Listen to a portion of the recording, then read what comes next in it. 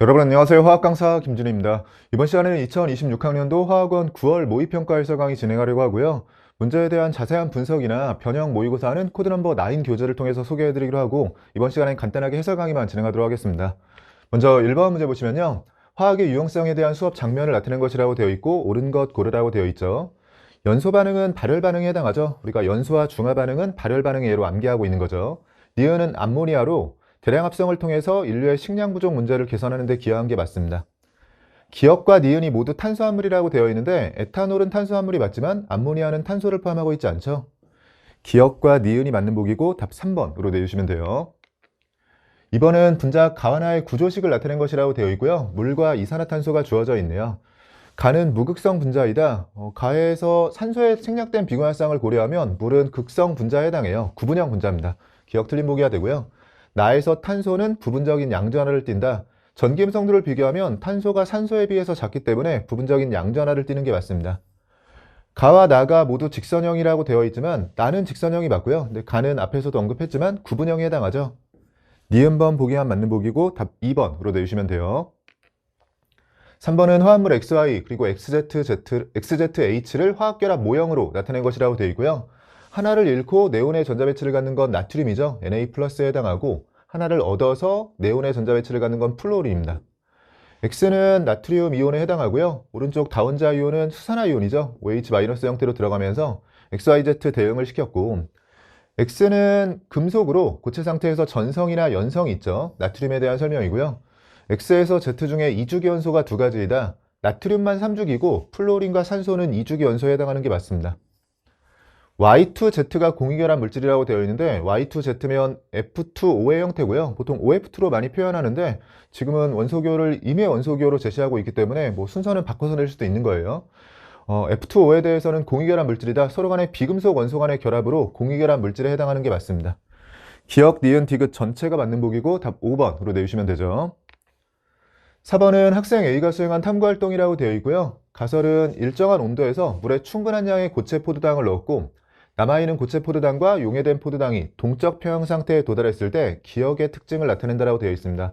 가설이 옳다면 동적 평형에 도달했을 때 겉으로 봤을 때는 측정 가능한 양들에 대해서 변화가 없어야겠죠.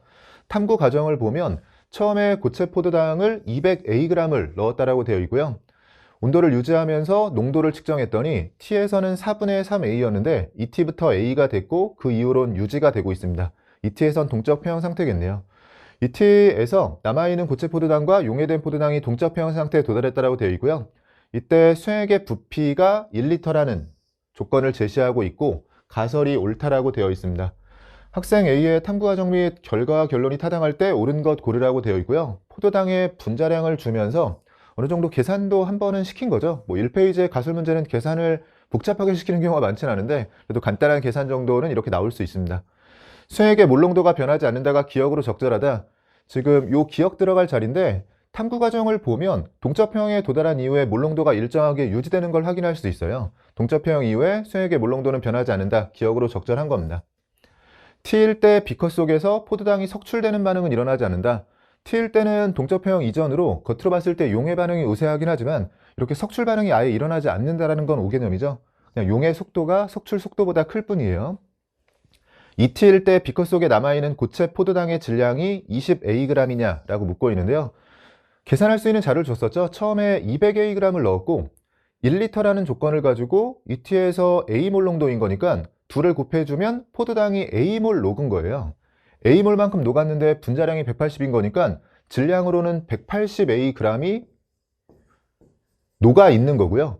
그러면 처음에 들어간 고체 포도당 중에서 녹아있는 180Ag을 빼주게 되면 남아있는 고체 포도당의 질량은 20Ag에 해당하는 거죠. 남아있는 고체 포도당의 질량을 묻고 있으니까 디귿번 맞는 보기가 됩니다. 기억과 디귿이 맞는 보기고 답 4번으로 내주시면 돼요. 5번은 A와 B가 반응해서 C와 D를 생성하는 반응의 화학 반응식이라고 되어 있고요. 개수는 A와 B는 주어져 있고 C와 D는 X로 제시되어 있네요. 실린더에 A와 B를 넣고 반응을 완결시켰을 때 전후에 존재하는 물질을 나타낸 것이라고 되어 있어요. 전체가 기체 상태인 가운데 지금 부피가 일정하게 유지가 되고 있으니까 반응 과정에서 몰수 변화가 없는 거고요. 이렇게 반응 과정에서 몰수 변화가 없으려면 기체상 반응에 대해서 지금 기체 분자수 변화가 없다는 얘기죠. 그러려면 반응물의 개수 총합이 4인 거니까 생성물의 개수 총합도 4로 나와야 됩니다. 4를 2x로 만족하고 있어야 되니까 이 자리에 2, 이 자리에 2가 들어가는 거고요. 반응 후에 C의 양이 2몰일 때 반응 전 A의 양에 대해서 묻고 있어요. 반응 후 C의 양은 반응 전에 C가 없었기 때문에 무조건 생성이 된 거고요. C가 2몰만큼 생성이 됐다면 지금 개수대로 반응을 해준 거네요. 그럼 개수대로 반응했다면 A는 1몰이 소모가 됐을 텐데 그렇게 1몰이 소모된 상태에서 한 개 반응물이 A로 반응하면서 A가 남아있지 않은 거죠. 그럼 초기에 존재하던 A가 1몰이라는 걸 알 수 있습니다. A의 몰수를 물었고요. 1에 해당하고 보기들 중에서는 답 4번으로 내주시면 됩니다. 이 페이지 6번 문제 보시면요. 2, 3주기의 13에서 15족 발학상태 원자 W부터 Z에 대해서 홀전자수와 전자가 들어있는 오비탈 수에 대한 비율 관계를 나타냈다고 되어 있어요. 옳은 것 고르라고 되어 있습니다. 다행히 기억과 니은에 대한 비율 관계를 상대값으로 제시하지 않고 실제 비율 관계를 주고 있기 때문에 그냥 편하게 대응이 되겠죠. 홀전자수는 13족부터 시작해서 1, 2, 3으로 커지게 되고요. 이건 2주기, 3주기 가리지 않고 1, 2, 3으로 커지는 거고 전자가 들어있는 오비탈 수는 2주기에서는 붕소를 기준으로 해서 3에서 시작해서 2p 오비탈을 하나씩 채우기 시작하는 거죠. 3주기, 13족은 알루미늄부터 시작해서 전자가 들어있는 오비탈 수가 7부터 7, 8, 9의 형태로 3p를 채우면서 커지게 됩니다. 그러면 바로 대응을 시킬 수 있는 게 7에 해당하는 건 지금 여기에 있죠. Z는 그러면 3주기, 13족의 알루미늄이 되는 거고요. 4에 해당하는 것도 여기 하나밖에 없는 거네요. 규소에 해당하고 2에 해당하는 건 이 자리죠. 탄소에 해당하고요. 2보다 작은 값으로 W가 주어져 있는데 지금 2보다 작은 값은 3분의 5로 나오는 2주기 15족의 질소가 가능한 상황입니다. 전체 대응을 시켰고요. 묻는 것들만 정리해 볼게요. W는 인이 아니라 질소로 들어가야 돼요. 기억 틀린 보기가 되고요. 홀전자 수가 X와 Y가 같다라고 되어 있는데 둘 다 14족으로 홀전자 수는 2개로 같은 겁니다. 전자가 2개 들어있는 오비탈 수 알루미늄은 3s까지는 전자가 2개 들어있죠. 6개가 되는 거고요. W의 질소는 2s까지만 꽉 채워져 있으니까 2개가 됩니다. 둘은 3배 차이인 거니까 디귿도 맞는 보기가 됐네요. 니은과 디귿이 맞는 보기고 답 5번으로 내주시면 됩니다. 7번은 수소와 원소 X부터 Z로 구성된 분자 가부터 다에 대한 자료라고 주어져 있고요. 나에서 중심 원자는 Y라고 주어져 있고 X부터 Z는 CNO를 순서 없이 나타낸 것이라고 되어 있어요. 옥텟 규칙 만족 조건도 주어져 있습니다. 구성 원소와 분자당 구성 원자 수가 주어져 있는데 일단 X에 대해서는 X2 형태로 들어가야 되는데 후보군을 보면 N2 또는 O2가 들어가겠죠. C2는 당장 일반적인 이원자 분자를 형성하지 않는다는 것도 있고 여기서 비공유 전자 쌍수를 보면서도 배제할 수 있겠네요. 만약에 탄소로 들어가면 이 자리가 0이 되는데 여기가 0이 될 수는 없는 거죠. 분자당 구성 원자 수가 최소한 3은 나와야 되는 상황입니다. 세 종류의 원소가 이미 들어있는 상태예요. 최소한 A가 3 이상이라는 거가 나오면 N2가 또 탈락이네요. 만약에 N2가 들어가면 비공유 전자 쌍수가 2여야 되기 때문에요. X는 산소가 되면서 이 자리가 O2라는 게 확정이 되는 거고요. 산소 원자 한 개당 빙하열쌍이 2쌍인 거니까 A 자리가 4라는 것도 확정이 된 겁니다. 그럼 이 자리가 4가 되고 이 자리가 4로 들어가게 되고 X가 산소라는 게 대응이 되고 나면 비공유활쌍이 2쌍으로 끝이 났다는 걸 통해서 Y에는 질소가 들어가면 안 되겠네요. 질소는 비공유활쌍을 가지고 있으니까요. 여기 2로 들어갈 수가 없는 거죠. 그럼 Y는 탄소가 되는 거고 탄소가 중심 원자로 들어가는 건 자연스럽게 검산이 되고요. 그러면서 사원자 조건을 만족하려면 CH2O 형태로 들어가주면 되겠죠. 산소 원자가 한 개에 들어가는 건 비공유 전자 쌍수를 통해서도 확인이 되지만 CH5로 구성되어 있으면서 사원자 분자 조건, 워낙 자주 나오는 분자이기 때문에요. 폼알데하이드에 해당하는 거죠. 바로 대응을 시킬 수 있습니다. 남아있는 Z는 질소가 되는 거고 공유 전자 쌍수이자 결합선수가 3개가 되려면 NH3를 얘기하는 거죠. 중심 원자 질소가 2개 들어가는 구조부터는 결합선수가 최소 4개부터 나오기 때문에 3개를 만족하는 건 암모니아 NH3에 해당하고 비공유 전자쌍은 질소 하나가 들어가면서 한 쌍에 해당합니다. 전체 대응을 시켰죠. 간은 O2로 3중결합이 아니라 2중결합이 존재하는 거예요. 기억 틀린 보기가 되고요. B는 1에 해당하는 게 맞습니다. 분자 1몰에 존재하는 원자수를 물었는데 1몰당 존재하는 원자수라는 게 결국 분자 한 개당 존재하는 원자수로 그냥 비교해주면 될 것 같고요. 나의 CH2O는 사원자 분자죠. 근데 다의 암모니아도 사원자 분자이기 때문에 정확히는 분자 1몰당 원자의 몰수는 둘 다 3몰로 같은 겁니다. 같다로 들어가야겠네요. 니은번 보기와 맞는 보기고 답 2번으로 내주시면 돼요. 8번은 물의 전기분해 장치를 나타낸 것이라고 되어 있고요. 전기분해 장치에 전류를 흘려준 시간에 따라서 전극 A와 B에서 생성된 기체의 질량에 대한 자료라고 주어져 있습니다. 전기분해 문제가 정말로 평가원에서는 오랜만에 출제가 됐네요. 물을 전기분해한 결과 각 전극에서 생성된 기체가 수소와 산소라고 되어 있고요. 제시는 되어 있지만 암기하고 있어야 되고, 시간은 이렇게 T1에서 T2 쪽으로 흘러간다라고 되어 있습니다. 전극 A와 전극 B에 대해서 질량 자료가 주어져 있는데, 수소와 산소가 지금 반응식을 정확히 적어보면 EH2O는 하고 들어가서 여기서 수소 기체가 나오고 산소 기체가 나오게 돼요. 이 수소 기체와 산소 기체에 대해서 보통 부피비나 몰수비로 문제를 많이 붙게 되는데, 그때는 2대1의 비율로 수소 쪽에서가 더 많이 나오는 건데요. 지금은 질량으로 주고 있죠. 근데 질량으로는 몇 대 몇이냐라고 했을 때 수소의 분자량이 2인 거니까요. 얘가 4 나올 때 여기는 산소의 분자량이 32죠. 4대 32이자 1대 8의 질량비로 수소기체와 산소기체를 전기분해할 수가 있습니다. 그럼 1대 8의 질량비로 산소 쪽이 큰 거죠. 사실 문제에서는 어느 정도 추론할 수 있는 자료를 주신 게요. 시간이 이렇게 흘러간다라고 했으니까 전극 A나 전극 B에서 생성되는 기체의 질량도 아래쪽으로 가면서 커질 거예요. 그러면 4W보다 큰 값이 되는 거니까 여기를 W라고 했을 때 요 부등호도 주어진 거나 마찬가지고, 그러면 특정 시간에 전극 A에서 생성된 기체의 질량이 크기 때문에 A쪽에서 산소 기체가 나오는 거고 B쪽에서 수소 기체가 나오는 건데요. 사실은 이 자료를 이 표에서 찾지 않아도 여기에서도 찾을 수 있죠. 우리가 플러스와 마이너스를 보면서 제가 좀 유치하지만 산소와 수소 중에서 우리한테 좀 더 플러스적인 요인이 있는 거, 우리한테 좀 더 도움이 되는 건 산소라고 하면서 이 플러스극에서 산소가 나온다 이렇게 기억하면 잊지 않으실 거라고 했었잖아요. 그래서 플러스극, 마이너스극이 주어져 있으니까 사실 이 자료를 보기 전에도 좀 더 플러스적인 요인이 있는 게 산소다라고 생각하시면서 A 전극적에서 산소가 나왔다라고 생각하셨으면 그냥 문제를 풀이하면서는 이런 부등호들은 검산용으로 쓸 수 있었을 거예요. 그리고 8대1의 비율이라는 거 알고 있으면 4W라고 했을 때 이 X자리는 8분의 1, 0.5W가 되고요. W를 기준으로 8배 해주면 Y자리가 8W가 되면서 XY도 찾을 수 있는 상황입니다. XY는 비율 관계만 물었네요. 지금은 16배에 해당하는 거니까 기억 틀린 보기가 되고요. 전극 B쪽에서는 수소기체가 생성되고 있으니까 니은도 틀린 보기가 됩니다. 디귿이 맞는 보기겠네요. 물을 이루고 있는 수소 원자 그리고 산소 원자 사이의 화학결합에 전자가 관여한다. 우리가 전기분해 실험을 통해서 알 수 있는 이 실험의 의의가 이 화학결합에 전자가 관여하고 있다는 거죠. 공유결합 물질은 물의 전기분해를 활용해서 확인을 하고요. 이온결합 물질에 대해서는 NaCl의 전기분해를 이용하는 거죠. 디귿번 보기만 맞는 보기가 됐고 답 2번으로 내주시면 돼요. 9번은 원자 W부터 Z에 대한 자료라고 주어져 있고요. 후보군을 산소, 플로린, 나트륨, 마그네슘에 대해서 순서 없이 나타냈다라고 되어 있습니다. 간단하게 주기율표상에서 위치를 표현해 보면 산소와 플로린은 2주기의 비금속이고요. 나트륨과 마그네슘은 3주기의 금속에 해당하는데 여기서 넷을 대응시켜야 되는 거죠. 전기음성도가 Y가 가장 크다라고 되어 있어요. Y 바로 대응이 되고 플로린이죠. 전체 원자들 중에서도 1등입니다. 1차 이온 에너지는 왼쪽 아래로 갈수록 작아지죠. 지금 예외 구간도 아니기 때문에 W의 경우에는 나트륨으로 대응이 되고요.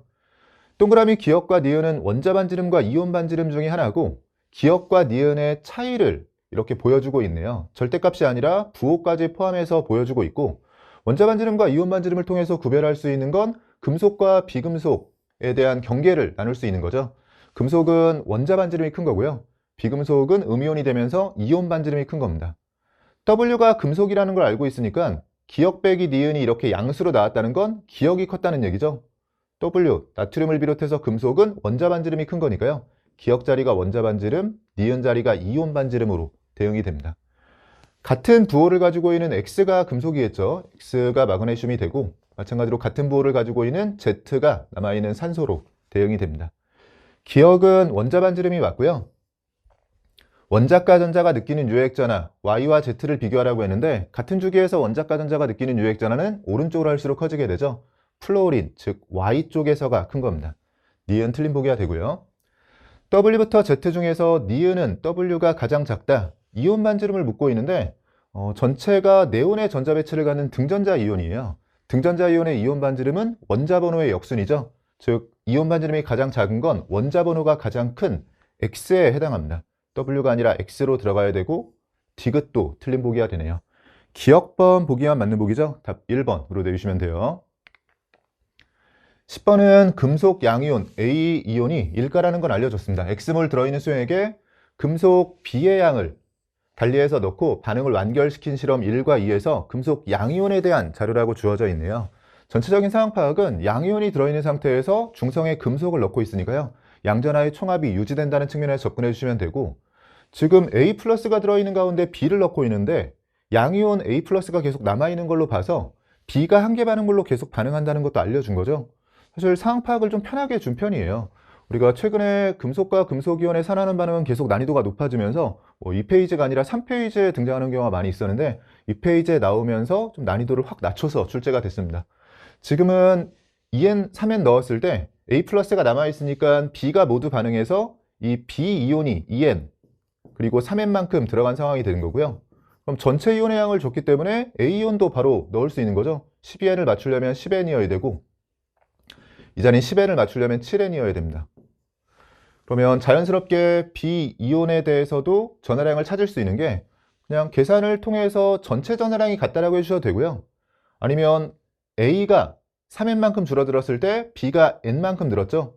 우리가 금속과 금속이온의 산화하는 반응에서는 전하량의 B가 나오면 그거의 역수비, 즉 그거에 반비례하는 자료가 반응할 때의 개수비이자 몰수비예요.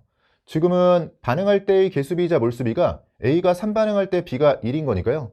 반비례하는 거 그냥 바꿔 쓰면 되죠. 전하량은 1대 3이어야 됩니다. 그래서 B가 3가라는 걸 알 수 있고, 또는 그냥 전하 균형으로 A 쪽에서 10 나왔죠. B 쪽에선 2B 나오죠. 10 플러스 2B가 여기선 7 플러스 3B라고 해서 전하량이 일정하다는 걸 이용해서 방정식을 통해서 B를 찾으셨어도 됩니다.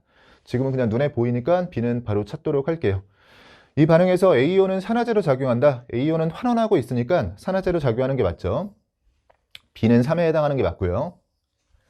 디귿은 X, 초기에 A이온의 양을 찾으라는 건데 처음 시작할 때 A이온의 양은 지금 B가 들어가기 전이잖아요. 또는 B가 2N만큼 생성이 됐으니까 우리가 1대 3으로 반응하는 걸 알고 있으니까요. B가 2N 생성되려면 A가 6N 반응했다라고 생각하면서 X자리를 16N이라고 찾으셔도 되고요. 전하균형을 통해서 지금 N 제외하고 생각하면 전체 전하량이 플러스 16이죠. 이 플러스 16을 처음에도 가지고 있어야 되니까 플러스 1가짜리가 16만큼 있었다. 16N이라고 해주셔도 됩니다. 편한 방식으로 찾아주시면 되고 14가 아니라 16으로 들어가야겠죠. 디귿 틀린 보기가 되네요. 기억과 니은이 맞는 보기가 됐고 답 3번으로 내주시면 돼요. 11번 문제 보시면요. 원소 X와 Y에 대한 자료라고 주어져 있고 자연계에서 X의 동위원소는 이렇게 X 두 종류의 동위원소로만 존재하고 Y도 이렇게 두 종류의 동위원소로만 존재한다라고 되어 있습니다. 각각에 대해서 질량수와 존재 비율 그리고 평균 원자량을 제시하고 있고요. 아래쪽에 질량수와 원자량이 같다라고 되어 있네요. A와 B 두 개의 미지수를 이용해서 나타내고 있긴 하지만 존재 비율을 명확하게 준 상태에서 나왔기 때문에 간단한 계산을 해주시면 되고요. 보통은 이렇게 동위원소에서 존재비가 주어졌을 때 내분을 활용해서도 많이 계산하는데 이 문제에서는 지금 아래쪽 평균 원자량이 0.8B 플러스 2.0이라고 했을 때요. 위쪽의 자료를 보니까 내분을 활용한다라고 했을 때는 둘 사이의 간격이 중요한데 이 간격이 A와 B를 이용해서 2A-B 또는 B-2A 꼴로 표현이 되면서 조금 귀찮은 형태잖아요. 근데 이때 이런 방식으로 구하지 않고 그냥 동위원소에 대해서 정의를 활용해서요. 우리가 원자량의 존재 비, 존재 확률을 곱해서 더해주면 평균 원자량이 나오는 거죠. 이때 B의 원자량을 갖는 게 확률로는 80%이자 0.8인 거니까 둘을 곱해주면 0.8B가 되면서 여기서 그냥 정의대로 계산하는 게 B가 바로 소거되면서 A를 바로 구할 수 있도록 해주거든요. 그래서 이 문제는 평소에 하듯이 좀 내분을 활용해서 하는 계산보다는 내분을 활용하려고 보니까 미지수 두 개를 활용해서 좀 귀찮은 계산을 처음에 이어봐야 되니까 안 풀리진 않지만요. 좀 귀찮은 상황이고 오히려 정의대로 그냥 원자량의 존재 비율을 곱해서 정리해 주시면 편하게 계산이 되는 상황이었습니다. 지금 둘은 곱해주면 0.8B가 되고요. 여기는 확률을 곱해주게 되면 0.4A죠. 2A에 0.1을 곱해서 0.4A. 그럼 자연스럽게 여기에서 0.8B가 소거되면서 0.4A가 2인 거니까요. 이 자리에서 먼저 A가 5라는 게 먼저 나오게 되죠.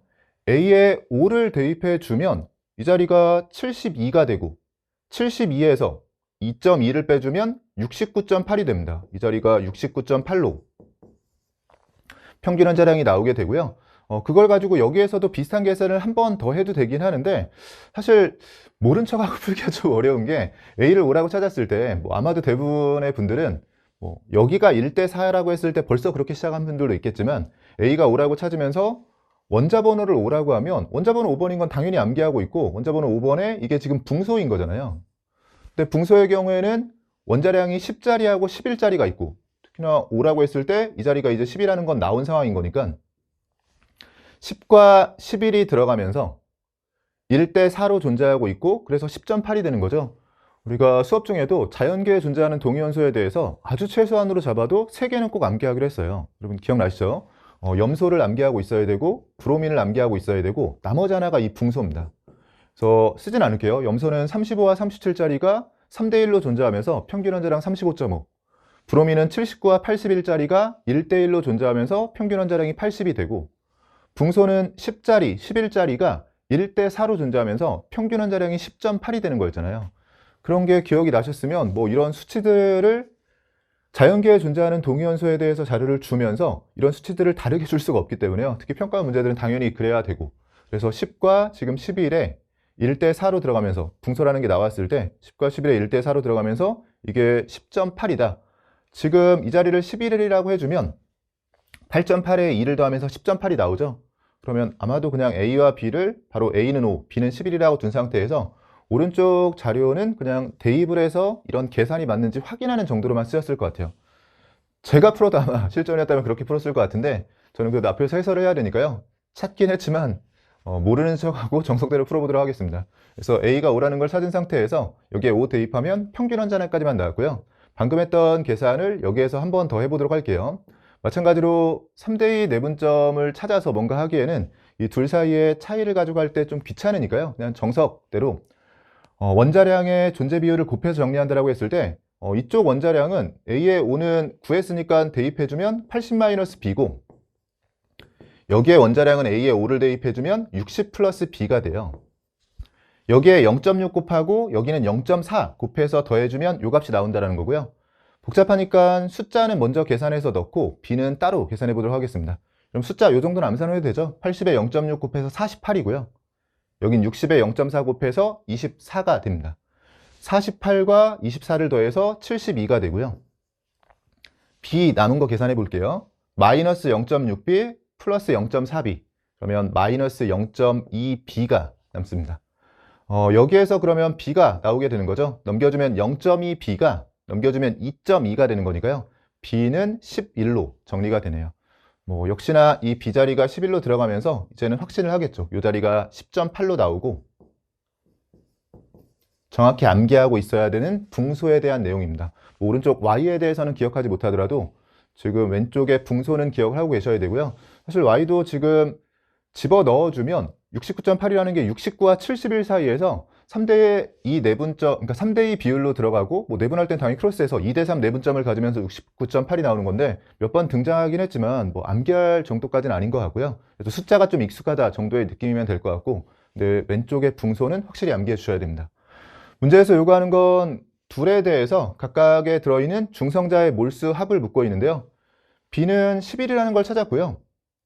붕소예요. 그럼 여기서 나오는 건 6몰 기준으로 나오게 되고, Y의 경우에는 원자 번호는 A의 5, B의 11을 대입해주면 31입니다. 이 자리는 31이라고 찾았고, 16A-B에 해당하는 건 여기에서 계산해 보면 B의 11을 넣었을 때 69로 들어가네요. 31과 69인 거니까 여기서 나오는 중성자 수는 38이 됩니다. 1몰당 6몰, 여기선 1몰당 38몰의 중성자가 있기 때문에 요 둘을 더해주는 거죠. 6과 38을 더해주면 전체 중성자의 몰수는 44몰이 되고요. 보기들 중에서는 답 2번으로 내주시면 됩니다.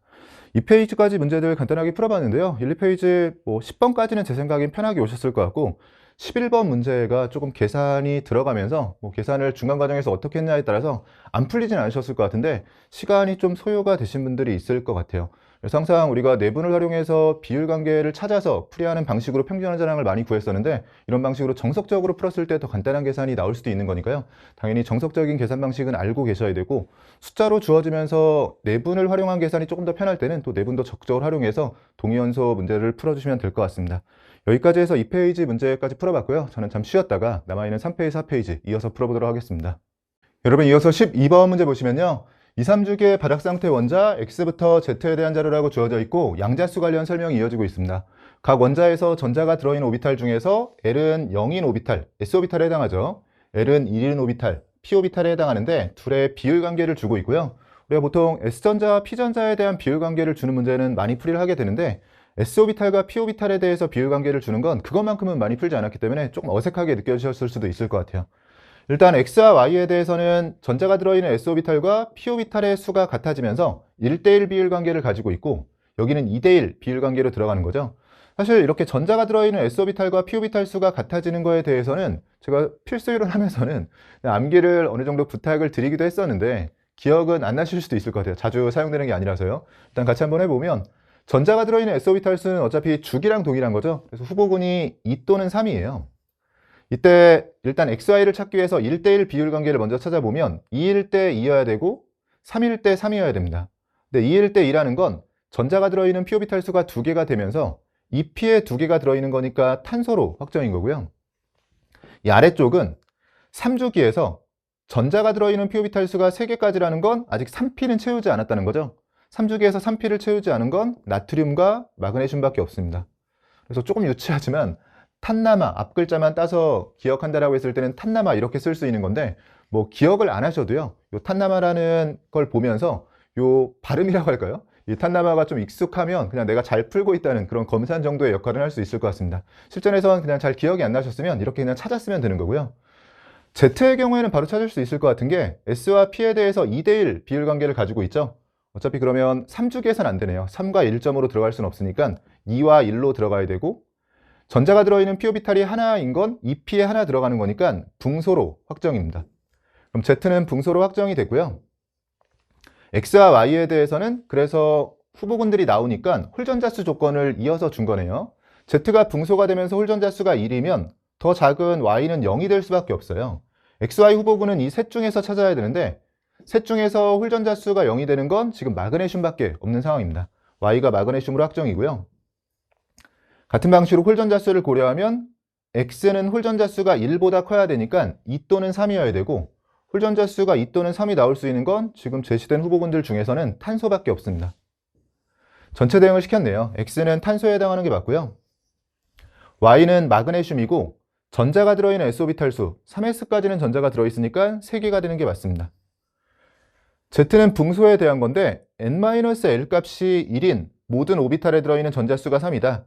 n-l 값이 1인 건 1 빼기 0으로 계산되는 1s가 있고 2 빼기 1로 계산되는 2p가 있습니다. 1s와 2p에 들어있는 모든 전자에 대한 거니까요. 1s에 2개, 2p에 하나가 들어있죠. 전체 3개에 해당하는 게 맞네요. 기억 니은 디귿 전체가 맞는 보기고 답 5번으로 내주시면 돼요. 13번은 원소 X와 관련된 산화하는 반응에 대한 자료라고 주어져 있고요. 산소의 산화수를 -2라고 줬습니다. 가는 화학 반응식이 완결되어 있고 나는 일부 개수는 주어져 있긴 하지만 미지수를 포함해서 우리가 반응식의 개수를 맞춰야 되는 상황이고요. 추가 자료는 가에서 질소의 산화수 중 가장 큰 값과 나에서 탄소의 산화수 중 가장 큰 값에 대한 비율 관계를 줬네요. 가는 이미 반응식이 명확하니까요. 질소의 산화수를 매겨보면 산소에 -1을 넣었을 때 플러스 5가 되고 산소에 -1을 넣으면 플러스 2가 됩니다. 그럼 가장 큰 값은 이 플러스 5에 해당하기 때문에 여기 5가 그대로 들어간 거네요. 그러면 나에서 탄소의 산화수 중 가장 큰 값을 그대로 n이라고 해주면 됩니다. 요 n은 여기에도 있기 때문에 탄소의 산화수 중 가장 큰 값을 찾아서 이 자리 넣으면서 정리해주면 될 것 같고요. 탄소는 수소에 플러스 1, 산소에 -1을 넣어주면 플러스 3의 산화수를 가지고 있고 산소에 -1을 넣어주면 플러스 4가 됩니다. 그럼 가장 큰 값이 4기 때문에 n이 4로 대응이 되면서 문제에서 묻는 것들 중에서도 있었네요. 이 자리까지 찾게 됩니다. 나머지 개수를 맞춰보면 지금은 탄소에 대해서 산화수 차이와 탄소 원자의 개수까지 나왔기 때문에 전자의 이동으로 시작해주면 되겠죠. 1만큼 증가하는 게 10개라서 10전자 반응이에요. 전자수 그러면 10개에 맞춰서 x도 정리해보면 x의 산화수는 여기에서 플러스 7이고요. 이 자리에서 플러스 2인 거니까 복잡하니까 이 정도는 눈으로 해도 될까요? 지금 5가 감소하고 있죠. 10전자 반응을 맞춰주려면 그런 x가 2개 반응해줘야 됩니다. A 자리는 그럼 2로 들어가고 남은 자리를 찾는 건 전하균형과 원자의 종류와 개수, 지금 같으면 뭐 산소를 보면 될 것 같은데요. 둘 중에 편한 걸로 시작해서 마지막까지 사용이 안 된 건 검사용으로 활용해 주시면 될 것 같습니다.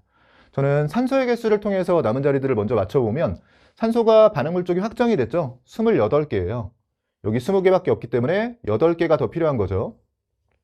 수소가 16개로 확정이고 10개밖에 없기 때문에 6개가 더 필요합니다.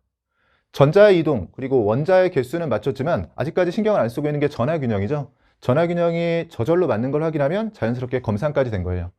생성물 쪽의 전하량이 플러스 하고요. 반응물 쪽 6과 마이너스 1을 더해서 마찬가지로 플러스 4가 나오는 걸 확인하면 좀 더 확신을 가지고 답을 낼 수 있습니다. A는 2가 됐고요. B는 6이 됐고 C는 8인 거니까 4분의 16 약분하면 4가 되죠. 보기들 중에서는 답 4번으로 내주시면 됩니다. 14번 문제 보시면요. 용액의 몰농도에 대한 실험이라고 되어 있고 경우의 수를 줬네요. 기억과 니은이 각각 물과 X몰농도 A소액, 4X몰농도 A소액 중에 하나라고 되어 있습니다. 조금 특이하게 3개의 후보군을 주고 그 중에 둘만 대응을 시키는 문제고요. X와 4X로 A소액은 물을 제외하고 4배의 농도 차이를 보이고 있다. 뭐 이런 정보를 줬다라고 생각하면서 문제 읽어주시면 되고요. 처음 실험 과정은 0.03몰농도 A소액 60ml에 이 셋 중에 하나를 30ml 넣어서 A소액 90ml를 만들었다라고 되어 있어요. 아직은 기억을 찾기 어렵고요. 가에서 만든 용액, 이 용액 90ml를 가져와서 니은을 조금씩 넣어 주었는데 그때 니은의 부피에 따른 혼합용액의 몰농도가 그림과 같다라고 주어져 있습니다. 점점 농도가 낮아지고 있으니까 최소한 0.16보다는 농도가 낮은 용액 또는 물을 섞었다는 걸 예상할 수 있는 거고요. 문제에선 X, 농도를 구하라고 되어 있네요. 처음에 그러면 이 90ml에 대해서 이 그래프가 주어지면서 요점 지금 상황 파악을 잘했으면 처음 시작할 때는 그냥 가에서 만든 그 용액인 거니까 0.16몰농도의 정체가 이 A소액이 0.16몰농도라는 거고요. 지금 앞쪽에 써 있지만 다시 한번 써볼게요. 처음에 60ml는 이 A소액이 0.04몰농도라는 거예요. 그러면 이 기억의 농도도 바로 구할 수 있는 거죠. 이때 크게 보면 두 가지 방식이 있을 것 같아요. 지금처럼 부피가 명확한 상황이라면 계산을 확실히 내분을 활용하는 게 편하고요. 아니면 전체적인 상황 파악은 이 몰농도 파트에서는 항상 용질의 양에 집중하는 거니까 용질의 양을 쫓아가면서 계산을 해주셔도 됩니다. 둘 중에 편한 방식으로 계산해 주시면 되고 여러분 이런 것들도 뭐 밖으로 빼서 계산해도 되겠지만 내분을 연습할 때는 어느 정도 상황 파악을 머릿속으로 하면서 암산도 좀 도전을 해보세요. 이 정도는 할 수 있지 않나요? 여러분 평균값이 0.16이 나왔죠? 그럼 분명히 0.04보다는 큰 거랑 섞은 거예요. 항상 우리가 혼합했을 때의 농도는 저농도와 고농도 사이 값으로 들어가는 거고 60과 30을 섞었다면 혼합할 때 부피비가 2대 1이라면 가까운 정도는 많은 쪽에 가까워야 되니까 1대 2의 비율로 들어가야 됩니다. 그럼 얘 농도가 몇이냐라고 했을 때 최종적으로 0.16이 되기 위해서 초기에 0.04하고 이렇게 둘의 차이는 0.12가 나죠. 그러면 얘하고의 차이는 어떻겠어요? 얘가 더 많으니까 얘에 가까워야 되죠. 그래서 1대 2라는 걸 고려하면 얘랑 0.12 차이가 났다면 얘랑은 0.24 차이가 나는 거죠. 0.24만큼 크다라고 해주면 0.3몰농도가 됩니다. 그래서 기억이 0.3몰농도 수액이다. 그래서 3개의 후보군이 있었는데 그럼 X가 0.4이거나 4X가 0.4이거나 뭐 둘 중에 하나인 거죠. 뭐 정말로 운이 좋았다면 여기에서 X가 0.4 또는 4X가 0.4라면 X는 0.1이잖아요. 0.1과 0.4 중에서 하나만 보기 중에 있었다면 여기서 답이 나온 상황이긴 한데요. 지금은 둘 다 있기 때문에 조금 더 풀어야 되는 상황이긴 합니다. 이렇게 풀어주셔도 괜찮고 아니면 당연히 용질의 양의 수적을 맞춰가면서요. 이 0.4를 찾기 위해서 60에 0.03몰농도라면 둘을 곱해주면 되죠. 6 곱하기 0.4로 2.4라고 해주면 되고 여기 0.16이 주어져 있으니까 얘도 9 곱하기 1.6으로 9에 5.4를 더해서 14.4 이렇게 찾고 나면 30ml에 들어있는 용질의 양은 둘을 더해서 14.4가 나와야 되니까 12예요. 뭐 정말로 시간 여유가 있다면 이렇게 검산을 해서 30에 10이 들어있으면서 0.3올 농도인 걸 확인해 주시면 됩니다. 그러면 기억은 0.3올 농도 용액이라는 걸 찾았고, 이제 니은을 찾아야 되는데 니은을 넣어주니까 0.16에서 떨어지네요. 그러면 니은에 들어갈 수 있는 후보군이 농도가 이렇게 감소하는 걸로 봐서 당연히 물이 가능하고요. 만약에 용액이었다면 0.16보다도 더 저농도여야 됩니다. 0.16보다 저농도다. 그러면 가능한 조합이 아까 x가 0.4이거나 4x가 0.4라고 했었죠. 근데 x가 0.4라고 했을 때는 1.6 몰농도가 나올 수 있죠. 4x 몰농도니까요. 근데 그 1.6은 여기에 들어가면 안 됩니다. 고농도인 거니까요. 그러니까 만약에 A 용액으로 들어간다라고 했을 때는 x가 0.4라고 했을 때는 4x짜리가 1.6이 되는데 그 1.6은 더 커지니까 안 되고요. 그럼 가능한 조합은 0.4가 4x짜리로 들어가면서 x가 0.1이라고 했을 때 0.1몰 농도 수액이라면 그건 0.16보다 저농도인 거니까 얘를 넣기 시작하면 농도가 떨어지는 걸 확인할 수 있는 거죠. 이때 눈치가 빠르신 분은 요 0.12를 왜 줬을까라고 생각하시면서요. 둘 중에서 이제 누가 맞는지를 바로 찾으셨을 거예요.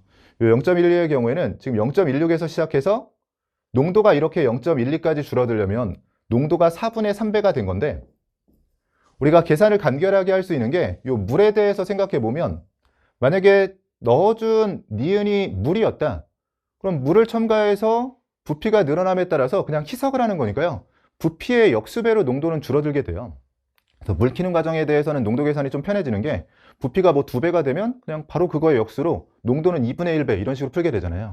그래서 요 0.12를 굳이 준 게 지금은 이 둘에 대해서 둘 중에 누구인지를 요 그래프 개형을 통해서 판단하는 건데 지금처럼 농도가 4분의 3배가 되는 시점을 기준으로 생각해 보면 니은이 물이었다라고 생각해 주면 부피가 3분의 4배가 됐을 때 0.12까지 떨어져야 됩니다.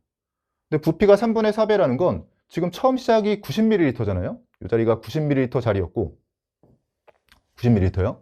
근데 총 부피가 3분의 4배가 되려면 90의 3분의 4가 120인 거니까 30ml가 더해지는 시점이에요. 근데 진짜 물이었다면 그럼 30ml가 더해지는 시점에서 농도가 0.12까지 떨어졌어야 되는데 그렇지 않은 걸로 봐서 물은 탈락이 되는 겁니다. 물이 탈락이라면 가능한 농도는 0.1몰 농도 A수액밖에 없으니까요. 두 A수액이 기억과 니은에 0.1몰 농도, 0.3몰 농도 수액이 들어가는 거고 문제에서 요구하는 건 X, 4X 중에서 요 X를 물어보는 거였으니까 X를 0.1로 찾을 수 있는 상황입니다. 보기들 중에서는 답 1번으로 내주시면 돼요. 15번 문제 보시면요. 그림 가와 나는 원자 X부터 Z의 Zn 이온화 에너지의 B를 이렇게 비율 관계로 나타낸 것이라고 되어 있고요. EA, EB, EC가 각각 1차, 2차, 3차 중에 하나라고 되어 있습니다. 후보군도 명확히 줬네요. 질소, 산소, 플루오린 15족부터 17족 사이의 2주기 원소 중에서 대응을 시키라고 되어 있고요. EA가 Y가 Z보다 크다라는 조건도 제시하고 있네요. 다행히 이번 9월 평가 문제에서는 자료를 줄 때 상대값보다는 이렇게 비율 관계를 주더라도 실제 비율 관계를 주면서 대응을 편하게 할 수 있도록 해주셨어요. 지금도 B와 A에 대한 비율 관계, 또 B와 C에 대한 비율 관계인데 B를 중심으로 해서 지금 Y축 값들을 보면 뭐 X, Y, Z 누구를 봐도요. 어쨌든 B보다는 A가 큰 거고 B보다는 C가 큰 거죠. 그러면 같은 원소에 대해서 우리가 순차 이온화 에너지 개념에 의하면 전자는 떼면 뗄수록 떼기 어렵잖아요. 이건 단 하나의 예외도 없다고 했죠. 모든 원자는 1차보단 2차가 크고 2차보단 3차가 큰 겁니다. 그 얘기는 지금 Y축 값을 보면 전부 다 1보다 크다. 즉 분모에 있는 B가 A나 C에 해당하는 차수의 이온화 에너지보다는 작아야 되는데 1, 2, 3차 중에서 제일 작은 게 1차, B 자리에 1이 이렇게 들어가게 되는 겁니다. 같은 방식으로 지금 2차냐 3차냐, 그러니까 2차, 3차 중에서 어떻게 대응을 시킬 거냐의 문제에서 그냥 아무 원소나 하나를 봤으면 되고요. 지금 이런 자리 비교하려고 하는 거예요. 1차에 비해서 몇 배냐라고 했을 때 무조건 1차에 비해서 2차가 크고 그것보다 더 큰 게 3차이기 때문에 1차, 2차 비율 관계보다는 1차, 3차 비율 관계가 커야 돼요. 근데 뭐 X만 쫓아간다라고 했을 때 얘는 2점 몇인데 얘는 뭐 거의 4 가까이 됐으니까요. 1차에 비해서 더 큰 비율을 가지고 있는 게 C죠. 이 C 자리가 3차인 게 확정입니다. 이런 방식으로 1, 2, 3차만 대응을 시킬 수 있었으면 그 다음은 뭐 편하게 대응이 가능했던 게요. 왼쪽 자료가 우리가 워낙 자주 등장을 해서 어느 정도 풀이법을 암기하고 있는 자료죠. 1차와 2차에 대한 비율 관계를 얘기하는 건데, 제가 뭐 수업 중에는 적어도 50번 이상은 정말 했을 것 같아요. 올해 수업하는 동안도 50번 이상은 했을 것 같고, 이제 제 수업을 들으시는 분들은 정말로 지겨울 것 같은데 한 번만 마지막으로 할게요. 1, 2차 비율 관계에는 당연히 1쪽이 끼어 있다면 1쪽이 가장 크다라고 해야 되고요. 1쪽을 제외하고 묻는 상황은 정해져 있다고 했죠. 2, 13, 14족 중에서 13족이 크다. 15, 16, 17족 중에서 16족이 크다를 기억하고 있어야 됩니다. 지금처럼 15, 16, 17족이라면 그냥 바로 16족이 크다라고 생각하면서 X를 산소라고 대응을 시킬 수 있어야 되고요. Y와 Z에 대해서는 여기서 대응할 수 있는 자료를 주신 거죠. 이 A에 해당하는 게 2차 이온화 에너지에 대한 건데, YZ는 질소와 플루오린이에요. 근데 질소와 플루오린은 인접한 상황이 아니기 때문에 예외 구간이라는 게 없습니다. 우리가 인접한 애들에 대해서 뭐 1차에서의 예외 구간, 2차에서 예외 구간 이런 것들을 고려하는 거지, 뭐 급격하게 증가하는 상황이 아니라면 이렇게 한 칸 이상 떨어져 있는 애들에 대해서는 그냥 오른쪽에 있는 게 큰 거잖아요. 그래서 질소 플루오린은 플루오린이 큰 거니까 Y가 플루오린이 되고 Z가 질소가 되면서 이렇게 바로 대응이 되는 상황이죠. C는 3차인 거니까 기억이 맞는 보기가 됐고요. X는 플루오린이 아니라 산소로 대응이 돼야 됩니다. B에 해당하는 건 1차를 묻고 있는 거군요. 1차에 대해서 묻고 있는 거고요. Y와 Z 또 썰렁한 구간을 물었네요. 보통은 예외 구간을 묻는데, 플루오린 질소는 예외 구간이 아니고 바로 인접한 게 아니기 때문에 오른쪽에 있는 플루오린이 크다. 디귿번 잘 맞게 들어갔습니다. 기억과 디귿이 맞는 보기고 답 3번으로 내주시면 돼요. 16번 문제 보시면요. 중화적정 실험이라고 되어 있고 다시 한번 또 경우의 수를 주고 있습니다. 이런 경우의 수와 관련된 문제들이 유독 이번 부평에 많은 것 같아요. X몰 농도의 NaOH 수액과 Y몰 농도 NaOH 수액을 순서 없이 나타낸 것이 기억, 니은이라고 되어 있고요. 아세트산의 분자량을 60이라고 줬는데 뭐 제시는 하겠지만 우린 암기하고 있어야 되고요. 실험 과정 및 결과가 있습니다. 항상 습관적으로 아래쪽을 먼저 봐야 되는데 결과를 따로 주지 않고 실험 과정 및 결과라고 해서 그냥 같이 주고 있네요. 그래도 아래쪽을 보면서 가에서의 식초 10ml에 들어있는 아세트산의 질량을 6x 플러스 2yg이라고 줬고요. 이때 가를 다시 한번 보게 되는데 10ml 속에 들어있는 질량을 여기서 제시하고 있는 거고, 아래쪽으로 시선이 온 김에 구하라는 것까지 확인하는 거죠. x와 y, 지금 요 xy인데 정확한 값이 아니라 비율 관계 정도만 구하면 될 것 같고요. 보기들의 배열을 보면 숫자로 구해야 되는 상황입니다. 처음에 식초 10ml와 이만큼 들어있는 식초죠. X몰 농도 NaOH 40ml, Y몰 농도의 NaOH 10ml를 준비했다라고 되어 있고요. 식초를 일부 취해서 실험하지도 않네요. 10ml에 물을 넣어서 수액 100ml를 만들었고 만든 다음에 취하는군요. 그래서 10ml를 가지고 실험을 시작을 했는데 100ml를 만든 다음에 그 중에 30ml만 가지고 페노탈레인 떨어뜨리고 실험을 하고 있습니다. 그러면 10분의 3만 취한 거니까 여기에 들어있던 아세트산의 질량도 10분의 3, 0.3배만 취해서 실험이 되겠죠. 0.3배에 해당하는 1.8x와 0.3배에 해당하는 0.6y 그램 단위로 요만큼이 들어있는 아세트산을 가지고 적정 실험을 한 거고요. 좀 더 상황 파악을 해볼게요. 페놀프탈레인을 떨어뜨리고 나서 가의 기억을 모두 사용해서 적정했을 때 수액 전체가 붉게 변하는 순간이 나타나지 않았다. 아직까지는 중화점에 도달을 못했다는 겁니다. 좀 특이하게 줬네요. NaOH 수액을 두 개를 처음부터 제시하길래 이걸로 뭘 할까 했는데 둘 중에 하나를 전부 사용해도 아직 중화점에 도달을 못한 거고요. 이걸 그대로 이어서 실험하고 있죠. 다가정 후에 이 삼각 플라스크 속 용액에 남아있는 NaOH 수액이 있을 거잖아요. 가의 니은으로 적정했더니 붉게 변하는 순간까지 5ml가 들어갔다라고 되어 있으니까 처음에 이렇게 둘을 만들었는데 전체를 놓고 보면 여기에서는 NaOH가 40X가 있었을 테고요. 당연히 밀리몰 단위입니다. 여기서의 NaOH는 10은 곱해주면 10Y가 있었을 텐데 둘 중에 하나를 일단 모두 사용해서 적정했을 때에는 중화점에 못 간 거고, 그 다음 추가로 전체를 사용하진 않고 5ml, 뭐 앞쪽이었다면 5x, 뒤쪽이었다면 5y가 추가가 된 건데 그 상황에서 중화점에 도달했다라고 알려주고 있는 거네요. 조금 주어지는 자료 자체는 생소하지만 계산하기는 그냥 편하게 주어진 게요. 그러면 우리가 중화점까지 가는 동안 적정에 사용한 아세트산의 몰수와 중화점까지 들어간 NaOH의 몰수가 같다라는 게 기본적인 이 중화적정 파트에서의 등식인 거니까요. 밀리몰 단위로 맞춰주기 위해서 이건 아세트산의 질량이 그램 단위인 거죠. 그럼 1000배에서 1800X와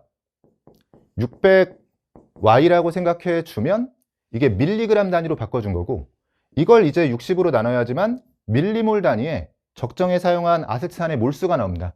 요것부터 먼저 구해 놓을게요. 그럼 공 하나 약분시키고 나면 30X와 10Y가 적정에 사용한 아세트산의 몰수가 되는 거고요. 이게 이제 둘로 나눠서 경우의 수가 생긴 거죠. 중화점까지 들어간 NaOH의 몰수가 될 텐데, 한 가지 가능성은 만약에 처음에 기억이 X몰 농도 NaOH였다. 그럼 40X를 전부 사용한 다음에 그 다음에 니은 Y몰 농도 수액으로 바꿔서 5ml가 들어갔을 때 중화점에 도달한 거니까 40X 플러스 Y로 계산되는 형태가 하나 있을 테고요. 나머지 한 가지 가능성은 만약에 Y몰 농도 NaOH를 기억으로 먼저 썼다면 10Y가 들어가고 나서 그 다음에 X몰 농도 NaOH 수액을 니은으로 바꿔서 5ml가 들어갔을 때 중화점에 도달한 거니까 여기에 OX가 더해지는 형태가 가능했을 겁니다. 근데 지금 보면 모순이 되는 상황을 여기에서 준 거군요. 10i 없어지면서 이 아래쪽으로 들어가는 상황에서는 30x가 5x가 될 수 없으니까요. 이 아래쪽 상황이 수학적으로 모순이 되는 상황이네요.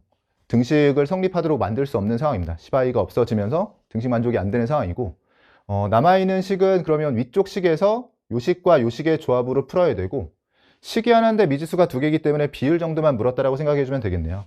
여기서 바로 할게요. 넘겨주면 10x가 넘겨주면 5i가 되면서 문제에서 요구하는 x분의 y는 5가 넘어가면 2로 정리가 됩니다. 보기들 중에서는 답 4번으로 내주시면 돼요.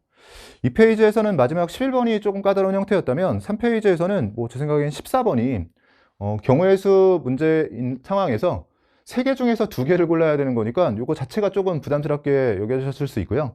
마지막 16번도 풀어보면 정말 별게 아닌 문제고, 오히려 평상시에 나오는 여러 아세트산과 관련된 식초의 적정 문제와 비교했을 때 중간 과정이 더 깔끔하게 풀리는 간단한 문제인데, 상황 자체에서 붉게 변하는 순간이 나타나지 않았다. 이게 좀 부담스러우셔서 뭔가 머리가 하얘지면서 좀 풀이가 잘 안 되신 분들이 있을 것 같습니다.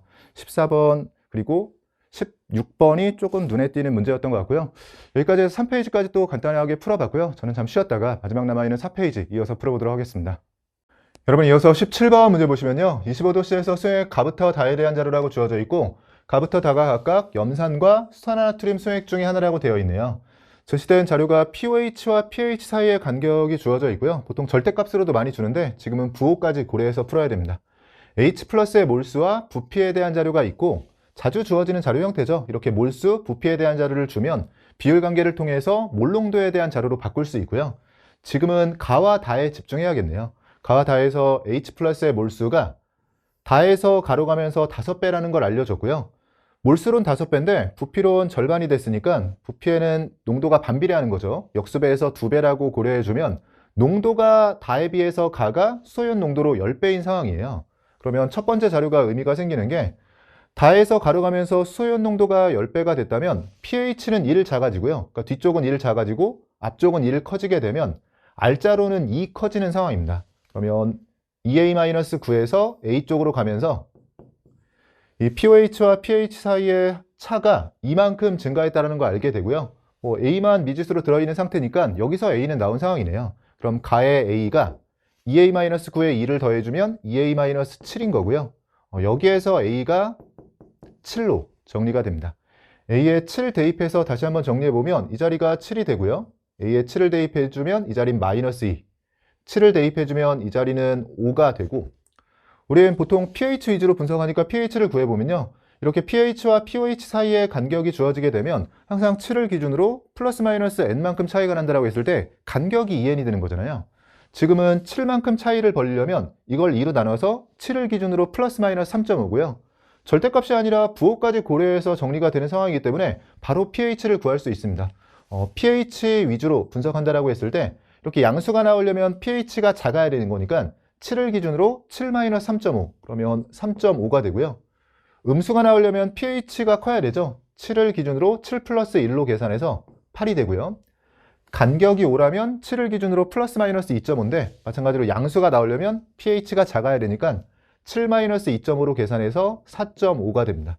이렇게 pH가 나온 상황에서 대부분 문제는 풀려있는 상황이죠. 보기들만 점검해 볼게요. 나는 수산화나트륨 수용액이라고 되어 있는데 지금 둘 중에 고르는 거고요.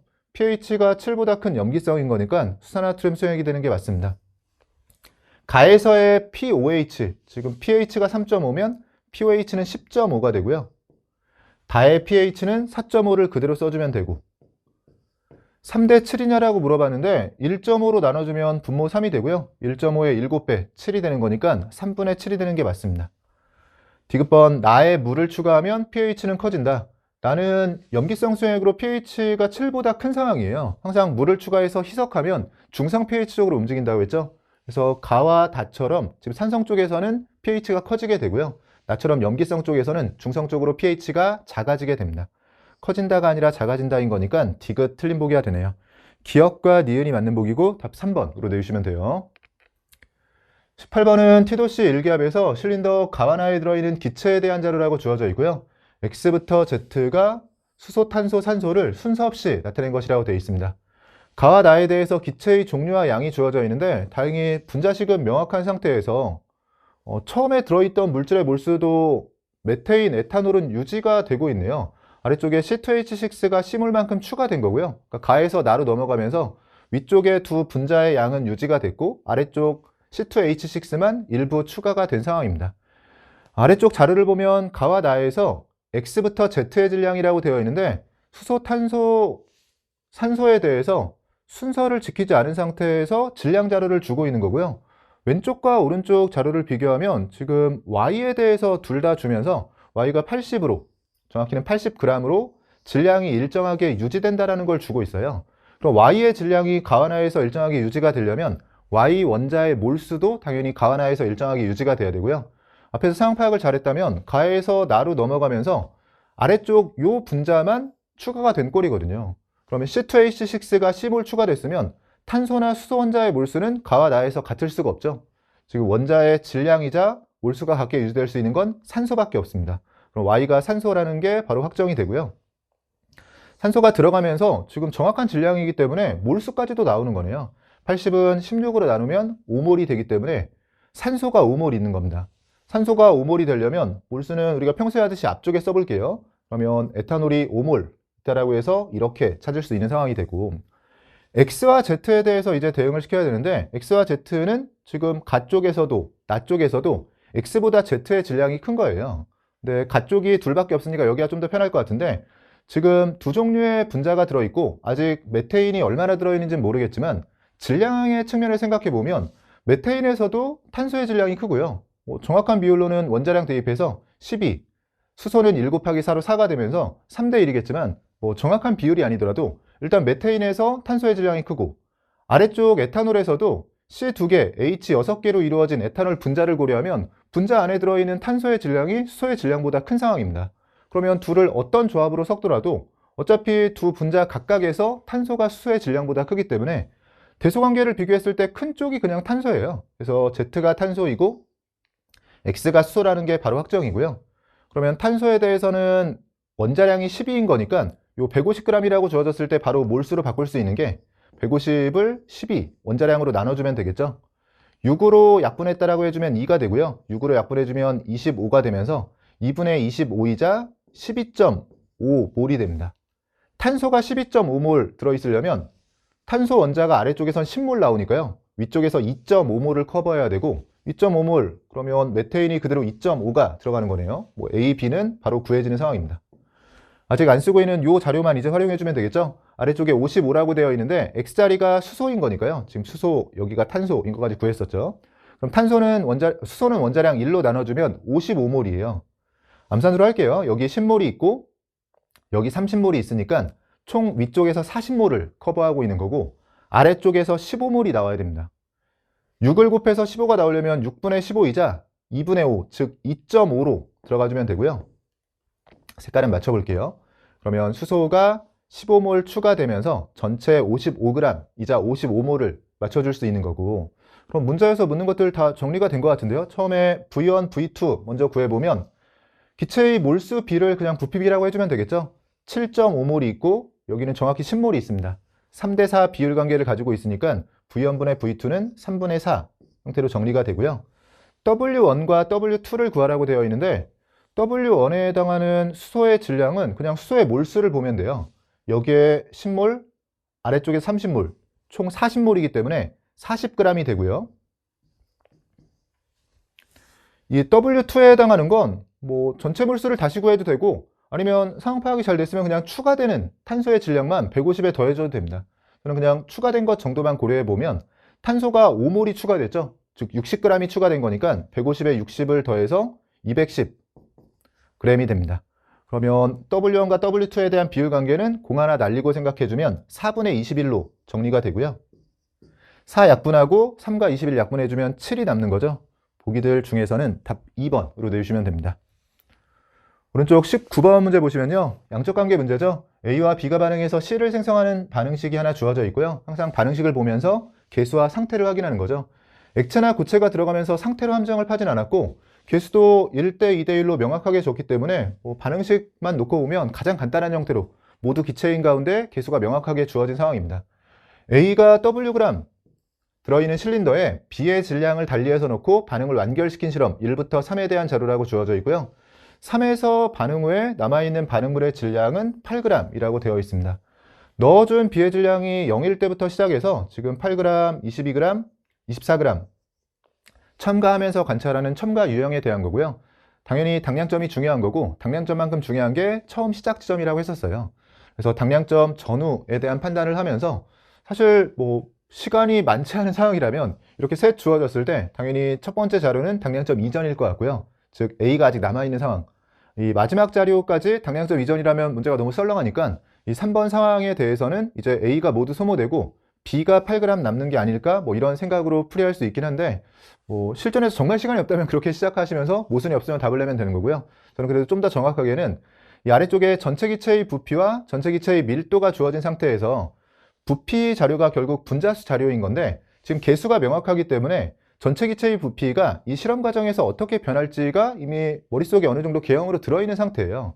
지금은 A가 일정한 가운데 B를 넣는 실험인 거니까요. 머릿속에서는 이런 상황을 상상하는 거죠. A가 있는데 B를 넣는 실험이라면 처음에는 B가 한계 반응물로 A가 C로 바뀌는 반응만 진행이 됩니다. 그래서 B는 들어가서 모두 소모가 되면서 B가 한계 반응물인 상황에서 A가 계속 C로 바뀌죠. 근데 지금처럼 A와 C의 개수가 같다면 전체 기체의 부피이자 전체 기체의 몰수를 생각했을 때 당량점에 도달할 때까지는 A에서 C로 바뀌는 과정에서 전체 기체의 몰수가 안 바뀌어요. 그러다 당량점 이후에는 B가 쌓이니까 이렇게 늘어나기 시작하는 거잖아요. 그러면 지금 V에서 1 자료가 주어져 있는데 일정하다가 늘어났을 텐데 여기는 늘어나는 모습을 보여주고 있으니까 역시나 앞에서 심정을 가지고 그냥 B가 아닐까라고 생각했는데 이 자료를 보면 확신할 수 있네요. 일단 커졌다는 것 자체가 당량점 이후 상황에 대한 거니까 3번에서 남았다라고 표현한 남은 반응물의 질량은 B의 질량을 얘기하는 겁니다. B가 8g이 남았다라는 건 24g 중에서 당량점은 그러면 16g에서 나온 거고요. 이후에 8g이 남았다는 거니까 이 16g 자리가 당량점에 해당하는 거고요. 그럼 여기까지는 전체 기체의 부피가 처음에 V에서 시작해서 계속 V로 유지가 되다가 그 이후에는 B 때문에 쌓이는 거죠. 근데 여기 쌓이는 모습을 보면 8g에 해당하는 게 지금 V만큼이 쌓이고 있는 거니까요. 8g당 V라면 어차피 이 자리도 구해야 하지만 X를 구하겠죠. 문제에선 X 자리만 구하라고 했는데 이 자리 부피까지 미리 구해 놓으면 16g에서 이제 8g 들어간 상태에서 전체 기체의 부피이자 몰수가 V만큼 늘었다. 그러면 이 앞쪽은 6g 늘어난 거니까 4분의 3V가 늘었다라고 생각할 수 있고요. 4분의 3V만큼 더해졌다라고 해주면 이 자리가 4분의 7V가 됩니다. 그리고 항상 밀도 자료가 주어졌을 때는 연계된 자료가 뭔지를 보는 거죠. 지금처럼 밀도와 부피가 주어지면 곱해서 질량으로, 밀도와 질량이 주어지면 질량을 밀도로 나눠서 부피 자료로 바꾸게 되는데, 지금은 부피와 밀도 자료가 같이 주어지면서 비율 관계도 맞춰서 주고 있으니까 그대로 곱해서 질량 자료로 바꿔주면 될 것 같아요. 일단 V와 D를 빼고 숫자로만 생각해 보면 여기가 7일 때 여기가 8인 거고요.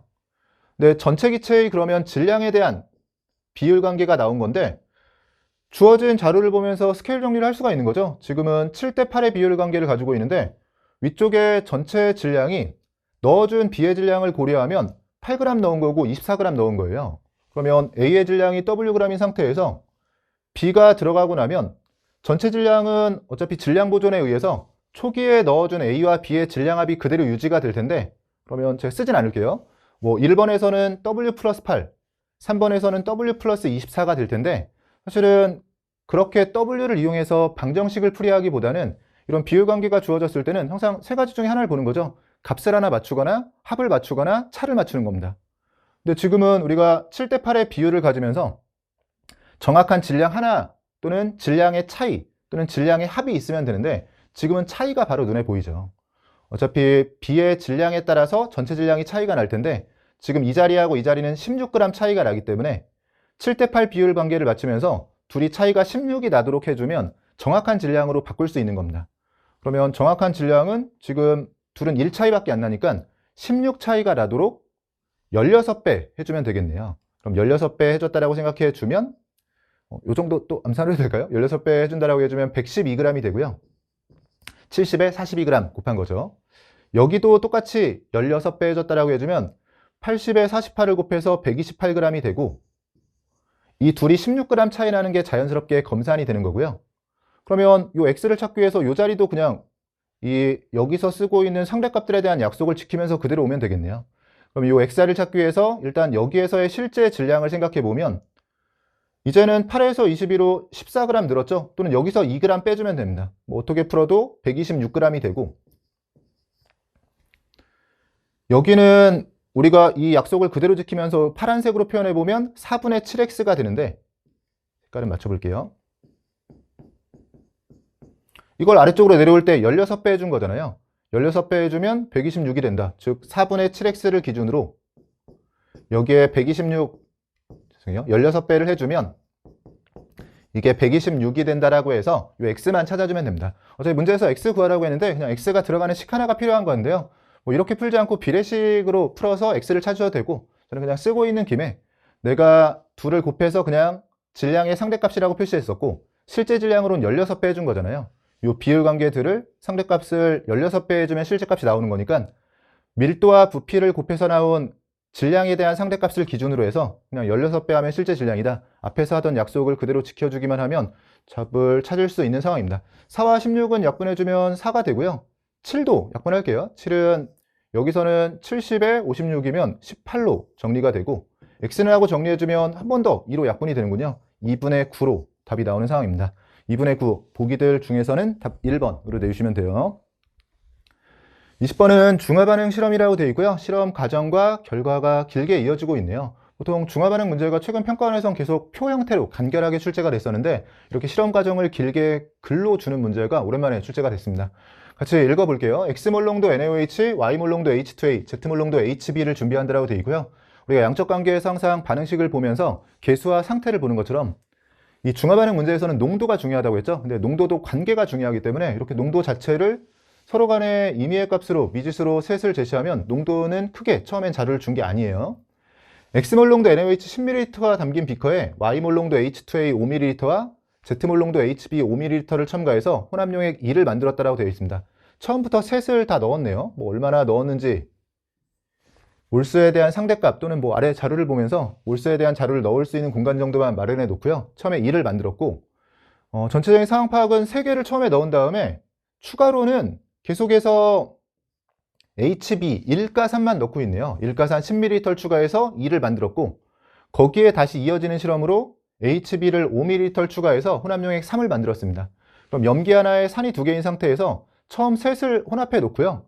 그 다음에 계속해서 산만 추가하면서 혼합용액 1, 2, 3에 대한 자료를 분석하는 거고, 자료가 막 여러 개 주어지면 좀 복잡한 문제가 될 텐데 쓸 수 있는 자료를 지금 하나만 줬기 때문에 오히려 상황에 비해서는 문제는 편하게 풀릴 것 같은 예감이 드네요. 모든 양면의 몰롱도 합이 주어져 있는데, 양면 몰롱도 합이 주어진 상태에서요, 항상 우리가 몰롱도가 주어졌을 땐 방금 위쪽 문제에서도 밀도 자료가 주어졌을 때 밀도가 부피분의 질량, 이런 분수형 자료이니까 추가로 주어지는 자료가 분모에 대한 자료인지 아니면 분자에 대한 자료인지를 보잖아요. 비슷하게 몰롱도도 부피당 몰수에 해당하는 분수 형태의 자료고, 화학원 핵심 자료로서 정말로 이제 지겹도록 얘기했죠. 부피당 몰수이기 때문에요. 우리가 항상 신경을 써야 될 건 몰롱도가 주어지면서 함께 주어지는 자료가 부피냐 아니면 몰수냐, 이걸 보는 거예요. 몰롱도와 부피 자료가 명확하면 둘을 곱해서 몰수로, 몰농도와 몰수 자료가 명확하면 몰수를 몰농도로 나눠서 부피에 대한 자료 쪽으로 넘어가는 겁니다.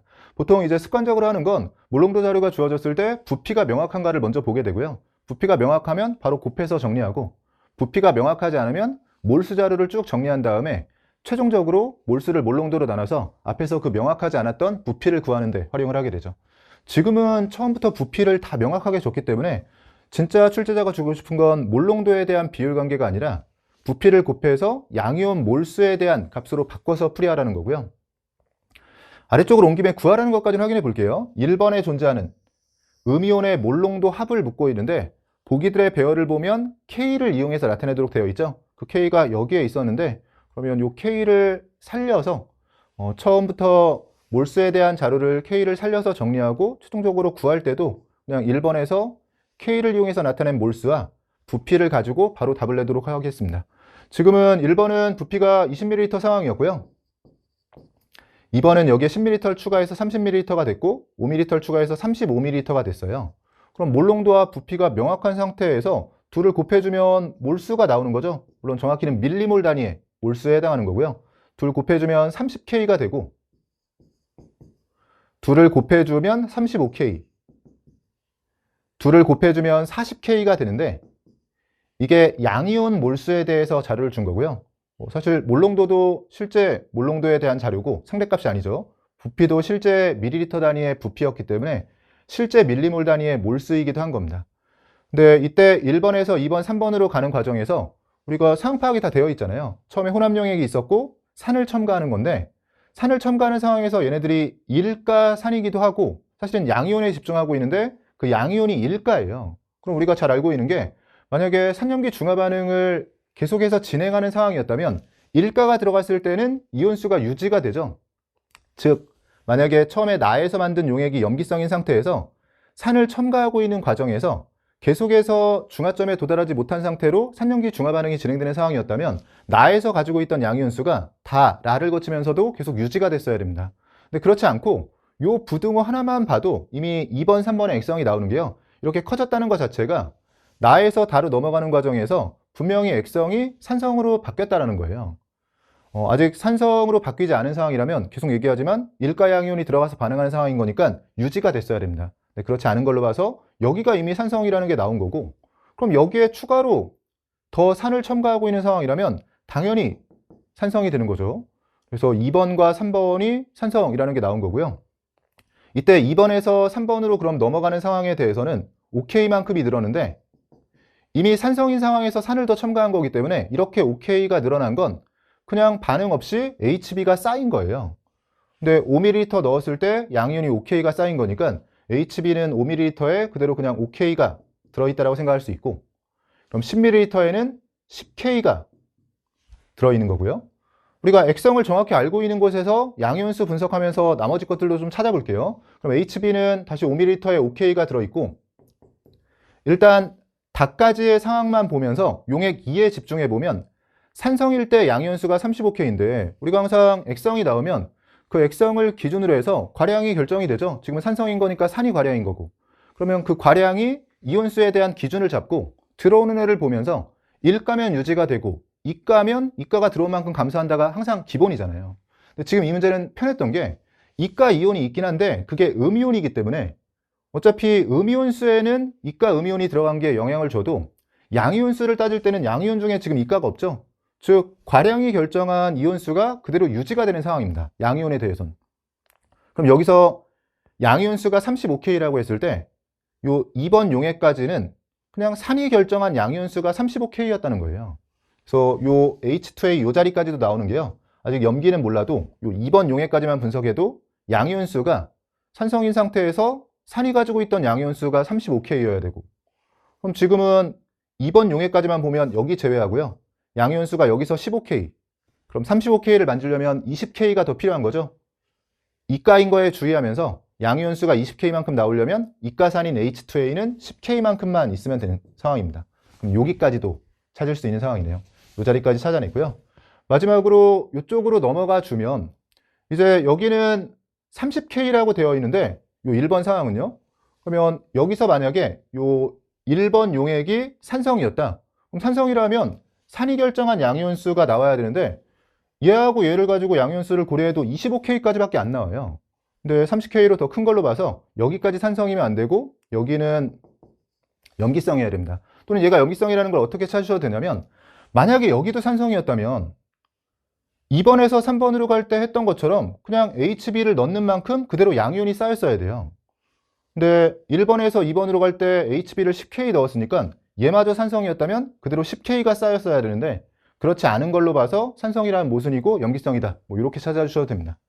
아니면 산성이라고 가정했을 때 산이 결정한 양이온수가 25K 밖에 안 되는데 그걸 넘어서는 걸로 봐서 염기성이다. 계속 하고 있지만 염기성이라고 하더라도 지금 양이온만 놓고 봤을 때는 아무리 이가산이 들어와도 양이온은 일가기 때문에 그럼 이 30K는 원래 염기가 가지고 있던 양이온 수가 30K라는 거예요. 추가해서 뭐 산이 들어와도 일가 양이온만 들어오는 상황이기 때문에 이걸 바꾸지 못했을 겁니다. 그럼 NaOH 염기는 하나밖에 없었으니까 얘가 가지고 있던 양이온 수가 30K가 되려면 이 자리가 그대로 30K로 들어가는 거죠. 저는 설명을 하느냐고 좀 오래 걸린 거지 사실 이런 이온수 따지는 게 익숙하신 분들은 그냥 바로바로 찾아서 여기 넣으셨을 테고요. 그러면 처음부터 아래쪽에 K가 들어있길래 그냥 K를 살려서 풀이했었죠. 쓰다 보니까 그냥 K 빼고 숫자로 풀이한 다음에 마지막에 K만 붙일까 하는 생각이 들긴 하는데 뭐 어떻게 K가 들어갈지 몰라서 일단은 K를 살려서 쭉 넣은 다음에 계산해 봤습니다. 최종적인 계산할 때는 그럼 실수할 가능성은 이제 줄어든 게요. 우리가 이제 음이온 몰농도를 1번에서 물어봤는데 염기성이라는 거 알고 있으니까 염기가 결정한 음이온수를 기준으로 이제는 좀 주의해 줘야죠. 이가 음이온이 들어오니까 그만큼만 빼주면 전체 음이온수가 나오고요. 부피는 명확하게 주어져 있으니까 부피로 나눠주면 되겠죠. 그러면 1번에서 음이온 농도를 구하기 위해서 음이온수는 한 번에 할게요. 염기성인 걸 고려하면 30K를 기준으로 이가 음이온이 10K만큼 들어왔으니까 30K에서 10K를 빼서 20K가 전체 음이온수가 되고요. 부피의 경우에는 20ml 상황입니다. 정확한 밀리몰 단위의 몰수와 밀리리터 단위를 쓰고 있으니까 그대로 몰농도 단위로 나오게 되고요. 1번에서 음이온 몰농도는 K가 되는 거죠. 보기들 중에서는 답 3번으로 내주시면 됩니다. 전체적으로 9월 평가 문제들을 보면 마찬가지로 6평에서도 그랬었는데 4페이지는 좀 평소의 평가 문제에 비해서는 난이도를 낮추는 편으로 집중하고 근데 2, 3페이지의 문제들에서 좀 계산 문제들을 많이 늘리면서 시간 관리를 좀 어렵게 만드는 측면이 있는 것 같아요. 특히 뭐 시간을 계산을 많이 넣어준 측면도 있지만 문제 풀어보시면 알겠지만 여러 경우의 수를 주면서요. 그러니까 문제를 오늘 풀다 보니까 뭐 이것 중에 하나이다, 뭐 이걸 순서 없이 나타낸 것이다 이런 표현들이 많이 있었잖아요. 그런 걸 통해서도 좀 시간 관리에 좀 압박을 느끼도록 그런 식으로 문제 설계를 하신 것 같습니다. 좀 더 자세한 얘기는 앞에서 언급했듯이 코드 넘버 9을 통해서 또 이 문제를 통해서 예상되는 그런 변형 문제들도 코드 넘버 9을 통해서 소개해 드리도록 하고요. 일단 여기까지 간단하게 9월 평가 모의고사에 대한 해설 강의를 마치도록 하겠습니다. 수고하셨습니다.